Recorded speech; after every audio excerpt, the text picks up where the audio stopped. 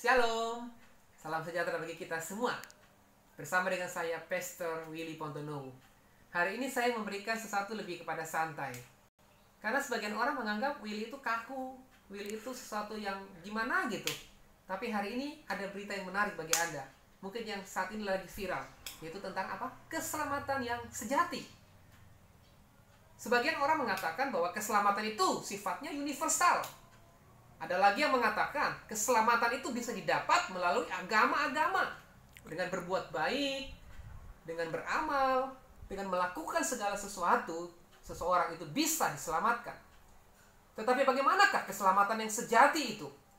Saya akan bacakan dulu di dalam Yohanes pasal 3 ayat 16. Mengatakan, karena begitu besar kasih Elohim, kasih Allah akan dunia ini, sehingga ia telah mengaruniakan anaknya yang tunggal, supaya setiap orang yang percaya kepada nama Yesus tidak binasa, tetapi beroleh hidup yang kekal.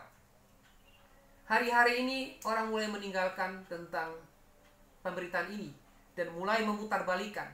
Ada yang mengatakan Yesus itu bohong, yang disalibkan bukan Yesus tapi Yudas. Ada lagi yang mengatakan bahwa waktu Yesus disalibkan dia menyamar menjadi malaikat, disamarkan menjadi malaikat, dan Yesus tidak pernah disalibkan. Dan ada lagi yang mengatakan bahwa kekristenan itu adalah kebodohan. Salib Kristus itu adalah kebodohan bagi orang dunia. Tapi saya mengatakan kepada Anda pemirsa yang mendengarkan streaming ini, bahwa keselamatan yang sejati adalah di dalam nama Yesus. Alih-alih sejarah dunia pun mencatat bahwa kematian Yesus benar-benar fakta sejarah. Di abad ketiga ditemukan bahwa salib Yesus pernah ditemukan di satu tempat, yaitu di Golgota, di Israel, di Yerusalem. Lalu kain kafan juga membuktikan bahwa Yesus pernah dikuburkan, pernah mati di kayu salib dan dikuburkan, dan di hari ketiga dia bangkit. Kenapa harus Yesus yang disalibkan? Kenapa bukan murid-muridnya? Kenapa bukan yang lain? Karena Yesus tidak ada benih dosa. Ada 4 bukti yang menunjukkan bahwa pribadi itu dikatakan sebagai Tuhan. Yang pertama, kenapa dia bisa disebut sebagai Tuhan? Karena dia bisa membangkitkan orang mati. Bukti yang kedua, karena dia bisa bangkit dari kematian.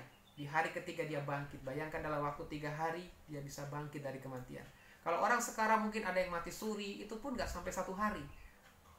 Dalam ilmu kesehatan mencatat paling lama itu 3 jam atau 4 jam dia bisa bangkit. Itu pun hanya mati suri. Tapi Yesus 3 hari 3 malam di dalam alam kubur, dalam alam maut dia bisa bangkit. Itu fakta kedua yang menunjukkan Yesus sebagai Tuhan. Fakta yang ketiga, kenapa Yesus sebagai Tuhan? Karena dia bisa mengampuni dosa. Mengampuni dosa, menyucikan orang, dan hanya dia yang mengatakan, pergilah dan jangan berbuat dosa lagi. Kembalilah dan jangan berbuat dosa lagi. 4 Injil mencatat, Yesus bisa mengampuni dosa manusia. Dan fakta yang keempat, kenapa dia sebagai Tuhan?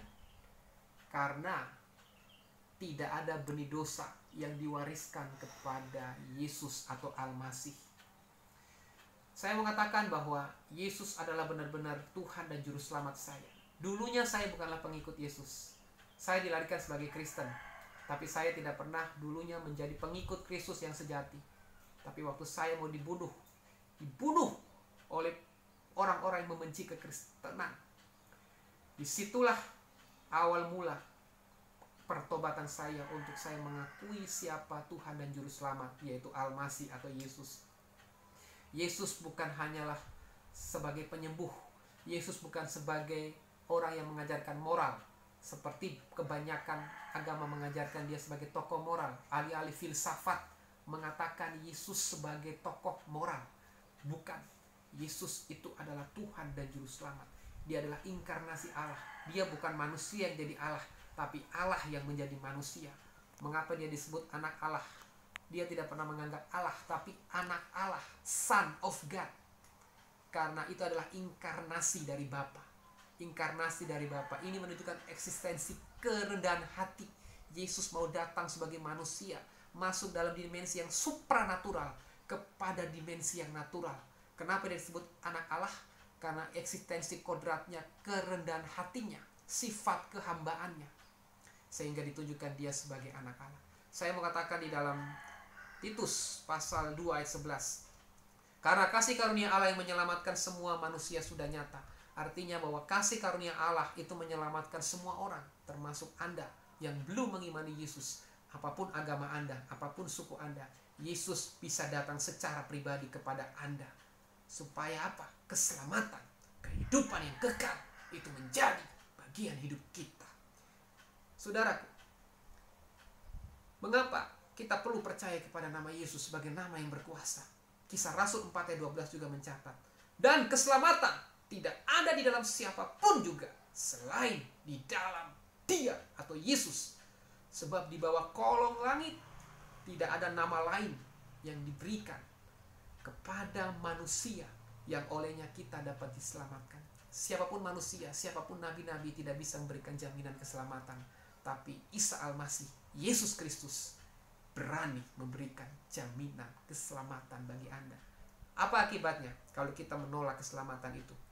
Ini akibatnya, saudara. Dalam 2 Tesalonika 1 ayatnya yang ke-8 dan 9 mengatakan, dan mengadakan pembalasan terhadap mereka yang tidak mau mengenal Allah dan tidak mentaati Injil Yesus Tuhan kita. Mereka ini akan menjalani hukuman kebinasaan selama-lamanya, dijauhkan dari hadirat Tuhan dan dari kemuliaan kekuatannya. Mengerikan, saudara. Kalau kita menolak iman kepada Yesus, kalau kita sampai hari ini masih membenci nama Yesus, membenci kebenaran di dalam Yesus, kebinasaan kekal, artinya penghukuman, api neraka yang kekal selama-lamanya akan membuat kita jauh dari hadirat Tuhan. Perbuatan baik kita, kebaikan kita seperti kain kotor. Apapun yang kita lakukan dalam iman kita, dalam keagamaan kita, tanpa ada nama Yesus, kita seperti kain kotor. Dan akibatnya kita akan binasa. Binasa selama-lamanya. Ingat, Yesus adalah Imam Mahdi. Isa Al-Masih adalah hakim yang adil, yang dikatakan dengan Ratu Adil. Ratu Adil, Imam Mahdi, atau Yesus Kristus akan datang sebagai hakim. Nanti dia mengatakan, aku datang sebagai hakim.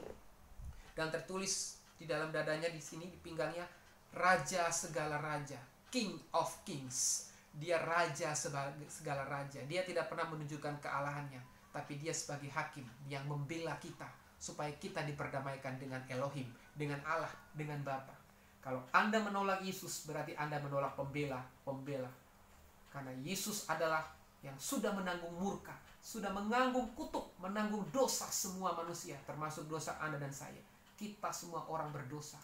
Kalau Yesus yang tidak berdosa, murkanya ditimpahkan kepada dia. Apalagi kita, apalagi Anda, apalagi saudara yang lebih berdosa, yang mungkin dosanya banyak. Saya juga sama dengan Anda.